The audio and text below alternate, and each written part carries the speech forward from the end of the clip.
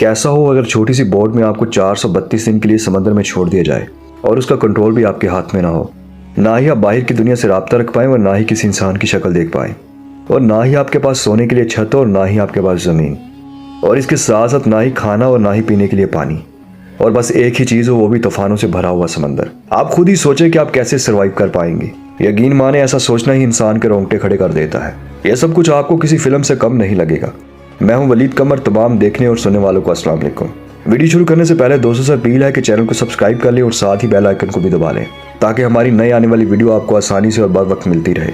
तो आइए मौजू का आगाज करते हैं। प्यारे दोस्तों, इस वीडियो में हम जानेंगे कि कैसे कि इंसान 14 मंथ के लिए पैसिफिक ओशन में खो गया और हादसाती तौर पर उसने ऐसा रिकॉर्ड बनाया जो चाहते हुए भी कोई नहीं तोड़ पाएगा, बल्कि ऐसा सोचने की भी कोई जसारत नहीं करेगा। इस इंसान ने ना चाहते हुए इतनी बड़ी परेशानियों का सामना किया जिसके बारे में आप सोच भी नहीं सकते। हमारी दुनिया में 5 समंदर पाए जाते हैं, जिनमें सबसे बड़ा समंदर जो है वो पैसिफिक ओशन है। क्या आप जानते हैं कि इस प्लेनेट पर जितनी भी जमीन मौजूद है, अगर इसको 3 दफा पैसिफिक ओशन में मिला दिया जाए तो फिर भी यह समंदर बड़ा है। यानी कि खुश्क जगह जिसमें मैदान, रेगिस्तान, पहाड़, जंगलात और जज़ायर वगैरह, फिर भी काफी हद तक पैसिफिक ओशन बड़ा होगा। Pacific Ocean 175 million square metre पर फैला हुआ है। इस समंदर में चंद छोटे छोटे जज़ायर पाए जाते हैं जिनकी जिसामत इतनी है कि जैसे सफेद कागज पर पेंसिल से डॉट का निशान लगाया जाए। और मजे की बात यह है कि इन जज़ायर पर आज तक कोई नहीं गया और ना ही रह सकता है। और समंदर का एनवायरनमेंट यानी कि मौसम में बहुत उतार चढ़ाव होता रहता है। खुश्क हवाएं और शदीद सर्दी और गर्म मौसम में बहुत ज़्यादा गर्मी हो जाती है, जिसकी वजह से खुले आसमान में एक ह्यूमन बॉडी को सर्वाइव करना बहुत मुश्किल होता है। और ऊपर से कसीर तादाद में पड़ने वाली बारिशें, समंदर का खारा पानी और दीगर खतरनाक मखलूक फेस करना पड़े तो आप जानते हैं कि ऐसा सोचना भी नामुमकिन है। और इस समंदर में अगर कोई भी खो जाए तो इसको ढूंढना इम्पॉसिबल है। जो सैल्वडर एल्वरंगा कोस्टल ज़ू के गाँव के रहने वाला था, जो कि तजर्बाकार मल्लाह और माहीगीर था। 17 नवंबर 2012 को उसने 30 घंटे मछलियों का शिकार करने का इरादा बनाया, जिसमें उसने शार्क, मार्लिन और सेलफिश पकड़ने का इरादा किया हुआ था, क्योंकि ये मछलियां अच्छे दामों में सेल हो जाती थी। ये सब मछलियां पकड़कर 1-2 हफ्ते उनका गुजारा आराम से होने वाला था। इस काम के लिए जोज अपने तजर्बाकार साथी को लेकर जाने वाला था, मगर उसका साथी किसी वजह से उसके साथ न जा सका। एल्वरंगा ने उसके बजाय एक तजर्बाकार 30 साल लड़का एस्क्वेल कोर्डोबा को साथ ले लिया। 7 मीटर यानी 30 फीट लंबी कश्ती, जो कि छोटे साइज की पिकअप गाड़ी जितनी होती है, जिसकी कोई भी छत नहीं थी। इसमें पेट्रोल और कुछ पीने के लिए पानी के गैलन भी थे, और इसके अलावा छोटा मोटा सामान, रेडियो, एक मोटर और एक पोर्टेबल रेफ्रिजरेटर भी था, जो उन्होंने अपनी पकड़ी हुई मछलियों को रखने के लिए साथ लिया हुआ था। बाहर अपने मुकाम पर पहुंचने के बाद उन्हें 500 किलोग्राम ताज़ा मछली पकड़ी थी और अचानक उन्हें बहुत खतरनाक तूफान दिखाई दिया। उन्होंने अपना फेंका हुआ जाल काट दिया और मछलियां समंदर में फेंक दी, ताकि कश्ती का वजन कम हो जाए और तूफान से पहले उन्हें वापस जाने में आसानी हो। लेकिन तूफान बहुत होलनाक और तेज था, उनकी सोच के मदार से भी ज्यादा तेज चल रहा था।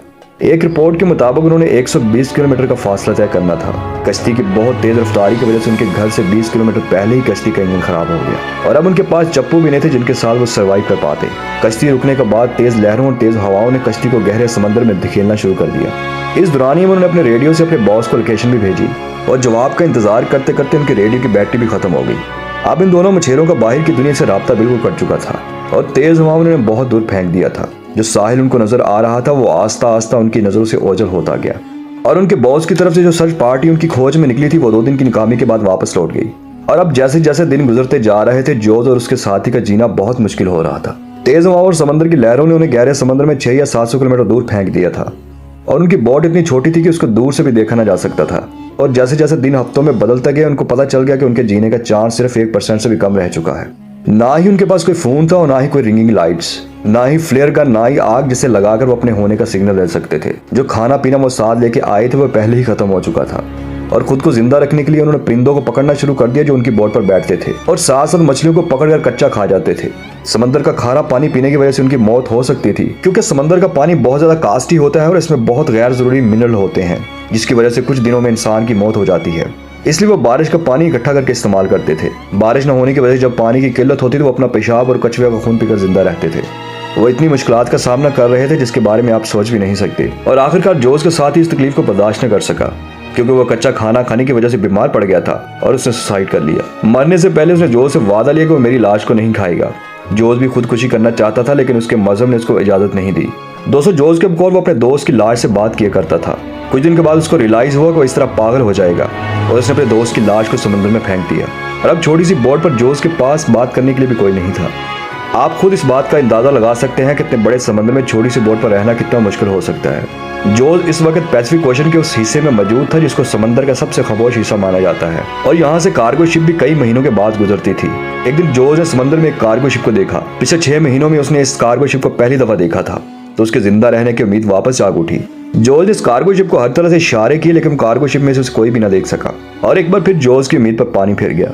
इस बार तो उसने पक्का समझ लिया कि वो नहीं बच पाएगा। समंदर के बीचों बीच एक एक दिन मौत से लड़ने के बाद एक आध बार जीने की कोई उम्मीद नजर आए और फिर उस उम्मीद पर पानी फिर जाए तो कैसा लगेगा। जोज ने चांद के मदार को गिन गिन के यानी हर कमरी चक्कर को काउंट करके अपने वक्त का हिसाब रखा, और फिर आखिरकार 10,800 किलोमीटर सफर करने के बाद जोज को एक आइलैंड दिखाई दिया। पानी में तैरते नारियल इस बात का सबूत दे रहे थे कि नजदीक कोई जमीन है, और फिर जोज को आइलैंड नजर आया। जोज ने आइलैंड को देखते हुए पानी में छलांग लगा दी और उस पर पहुंच गया। आपको बताते चले कि जोज का स्टार्ट लोकेशन से आइलैंड का सफर 10,800 किलोमीटर था, और जब वो इस आइलैंड पर पहुंचा तो उसको एक बीच नजर आया। पिछले 438 दिन में पहली बार जोज का किसी इंसान से मिलना हुआ था। ये आइलैंड मार्शल आइलैंड का एक रिमोट आइलैंड था। यह भी जोज की किस्मत थी कि छोटे डॉट जितने आइलैंड पर पहुंच गया था, और अगर ये आइलैंड भी जोज से मिस हो जाता तो अगला स्टॉप उसका फिलीपींस में होता, जो इस आइलैंड से भी 5,000 किलोमीटर मजीद दूर है। और वहां से जोज को उनके घर पहुंचा दिया गया, और अब घर पहुंचने के बाद उस पर इल्जाम लगा कि उसने अपने दोस्त को मारा है, और वही साथी जोज के कोल जिसने सुसाइड किया था, जिस पर जोज को कोर्डोबा की फैमिली को $1 मिलियन का हर्जाना भी भरना पड़ा। 2015 में उसने सहाफी जोनाथन फ्रैंकलिन को अपनी आजमाइश के बारे में इंटरव्यू दिया, और जिसमें उन्होंने अपनी आप बीती कहानी को किताब 438 दिन के नाम से शाया करवाया। इससे हमें यह सबक मिलता है कि बाज़ दफ़ा हमें बहुत बड़ी बड़ी मुश्किलात का सामना करना पड़ता है, लेकिन हम हिम्मत ना हारें और बहादुरी से काम लें, क्योंकि हमारे लिए बाज़ दफ़ा आजमाइश का एक मरहला होता है। वीडियो अच्छी लगी हो तो इसको लाइक और शेयर लाजमी कीजिएगा, और चैनल को सब्सक्राइब करना मत भूलिएगा। मिलते हैं एक नई वीडियो में। अल्लाह हाफिज़।